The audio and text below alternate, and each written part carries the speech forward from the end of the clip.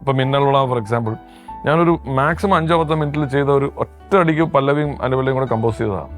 അത് എന്നിട്ട് അതിന്റെ മാജിക് വന്ന് ഡയറക്ടർ അത് ഇഷ്ടപ്പെട്ടു.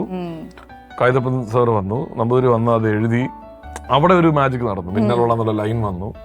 സോ അത് നമുക്ക് ഒരിക്കലും നോബഡി ക്യാൻ കൺട്രോൾ. ആക്ച്വലി അത് ശരിക്കും പിന്നെ ലിറിക്സ് വരുന്നത്. പിന്നെ അത് ശരി, അത് മ്യൂസിക് കേട്ടതിന് ശേഷമാണ് അദ്ദേഹം എഴുതിയത്. പിന്നെ അദ്ദേഹം വന്നു ഇരുന്ന് ഞങ്ങളുടെ കൂടെ വന്നിരുന്ന് എഴുതി. ഒരു ഹാഫ് ഡേയോളം ഉണ്ടായിരുന്നു. ശരിക്കും ഞങ്ങളൊക്കെ കേട്ടിരിക്കുന്ന തിരിച്ചാ, ഒരു നമ്മള് ലൈൻ കിട്ടിയിട്ട് പിന്നെ അതിനാ മ്യൂസിക് ചെയ്യുന്നതെന്നാ. Which you feel most comfort? ഏതാ, ലൈൻ കിട്ടിയിട്ട് ചെയ്യുന്നതാണോ അത് ബിഫോർ ദാറ്റ്? It depends.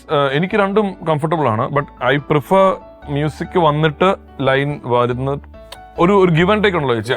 ഞാൻ ഇപ്പൊ എന്റെ ട്യൂൺ മാത്രം ഇതിൽ ഞാൻ മാറ്റിയിട്ടില്ല എന്ന് ഒരിക്കലും പറയുന്നില്ല. ഞാൻ ലൈൻ എഴുതാൻ പറയും, ആ ലൈൻ എഴുതി അദ്ദേഹം വേറൊരു ലീഗിലൂടെ പോകണമെങ്കിൽ I will tweak the tune. പക്ഷെ ഒരു സ്റ്റാർട്ടിംഗ് പോയിന്റ് വേണ്ടേ? ചിലപ്പം എന്റെ ഒരു വൺ ഓഫ് ദ സോങ്സ് ആയിട്ട് പൊറിഞ്ചു മറിയം ജോസിലൊരു പാട്ടുണ്ട്, അതിന് നീലമാലാഖ. അത് ഹരിനാരായണൻ എനിക്ക് ലൈൻ എഴുതി തന്നിട്ട് ഞാൻ ഒരു ട്യൂൺ കമ്പോസ് ചെയ്തിട്ട് പിന്നെ അദ്ദേഹം പിന്നെ എഴുതി. അങ്ങനെ ഒരു വാട്സാപ്പ് കമ്മ്യൂണിക്കേഷനിലൂടെ ഉണ്ടായ ഒരു പാട്ടാണ്.